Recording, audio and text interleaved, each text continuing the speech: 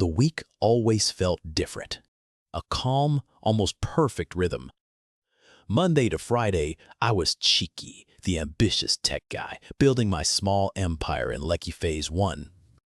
My Amaka, with her bright smile and even brighter ideas, was my rock.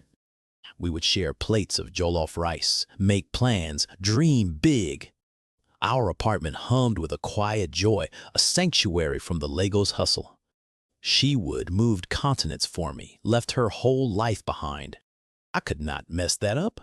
Or so I told myself. But as Friday afternoon crept in, a different kind of itch started. A thirst. It began subtly, a cold beer to unwind after a long week. Then another, and another. Soon, the fridge was my best friend, the clinking of bottles a familiar soundtrack. Amaka would watch, her eyes a little less bright each time. I would see the concern, the subtle shift in her posture, but I would just wave it off. Beg, it is just one weekend, I would mumble, pouring another. The truth was, one weekend was now every weekend. It used to be just 8 beers, tops. A good buzz, a laugh. Now, a whole 24-pack could disappear before Saturday night was over. The Chike who woke up Saturday morning full of apologies and promises was a stranger to the Chike who stumbled into bed Friday night. The first time I called her a bitch, it felt like a punch to my own gut. Her tears, the slammed door. My own mom and stepdad even spoke to me. I promised to change. And for a while I did. I really did. Then Amaka moved to Lagos. She left everything for me. Her steady job, her family in Abuja. She moved into my life, into our apartment, ready to build something new. For weeks it was bliss. Pure, unadulterated happiness. I swore I would not go back to that dark place. But the pressure, the new responsibilities, the stress of Lagos traffic from Aja to Victoria Island every day it all built up. And the bottles started calling again, louder this time.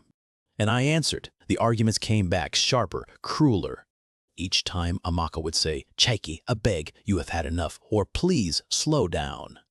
And each time a surge of anger would rise in me. "You are ordering me around now? You think you can tell me what to do in my own house? Wouldn't be this?" The words would spill out, venomous, cutting deep. I would see the hurt in her eyes, but by then, the alcohol had built a wall around my heart. I would tell her to move out, again and again. Each time, watching her flinch, seeing the hope drain from her face. Deep down, I knew it was not her ordering me. It was her caring.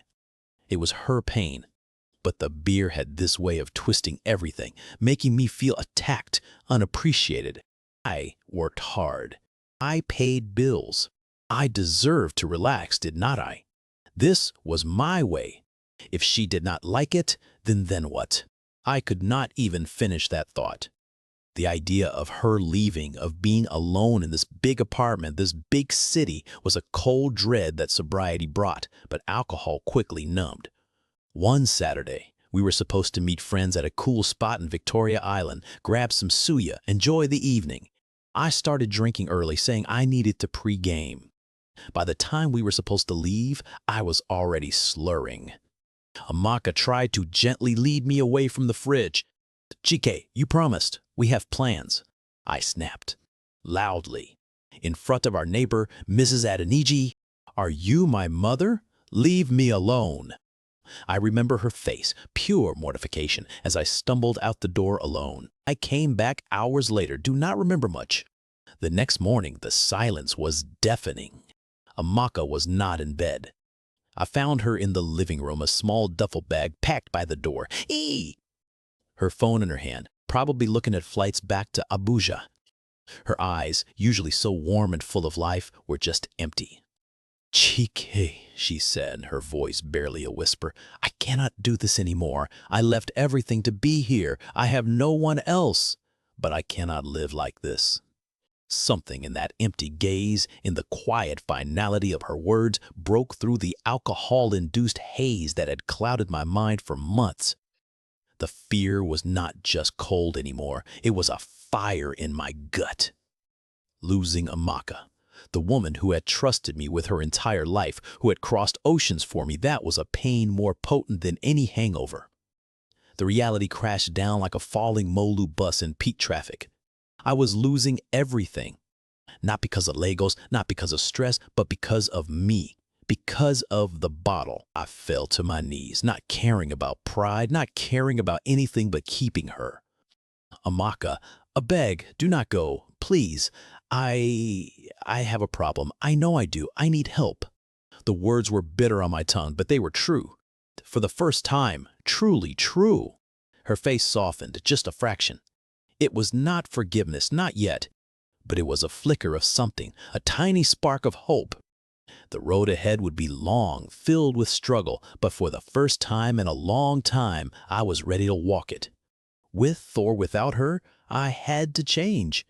But I prayed it would be with her.